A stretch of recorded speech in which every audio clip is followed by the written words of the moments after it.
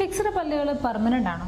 ഒരുപാട് പേർക്കുള്ള സംശയമാണ് എത്ര നാൾ ഫിക്സ്ഡ് പല്ല് നമ്മുടെ വായിൽ ഇരിക്കും എന്നുള്ളത്. എന്നാൽ ഫിക്സ്ഡ് പല്ല് പെർമനന്റ് ആയിട്ടൊരു ഓപ്ഷൻ അല്ല. അതൊരു ലോങ് ടേം ആയിട്ട് പല്ല് റീപ്ലേസ് ചെയ്യുന്ന ഒരു മെത്തേഡാണ്. അല്ലെങ്കിൽ പെർമനന്റ് ആയിട്ട് എന്തായി ലോകത്തുള്ളത്? ഇനി വളരെ കാലം, അതായത് ഈ ലോങ് ടേമിലേക്ക് ഫിക്സ്ഡ് പല്ല് നമുക്ക് എങ്ങനെ വെക്കാം എന്നുള്ളതിനെ പറ്റിയാണ് ഈ വീഡിയോ. പല്ലിൽ ക്യാപ്പ് ഇട്ടല്ലെങ്കിൽ ബ്രിഡ്ജ് വെച്ച് കഴിഞ്ഞാൽ അത് വളരെ കാലം അവിടെ ഫിക്സ്ഡ് ആയിട്ട് ഒരു കുഴപ്പമില്ലാണ്ടിരിക്കും എന്നൊരു ധാരണ നമുക്ക് എല്ലാവർക്കും ഉണ്ട്. എന്നാൽ ഈ ഫിക്സ്ഡ് ആയിട്ടുള്ള പല്ലുകൾ വളരെ നാൾ ഇരിക്കണമെങ്കിൽ നമ്മൾ അതിനു വേണ്ടി ചെയ്യേണ്ട കുറച്ച് കാര്യങ്ങളുണ്ട്.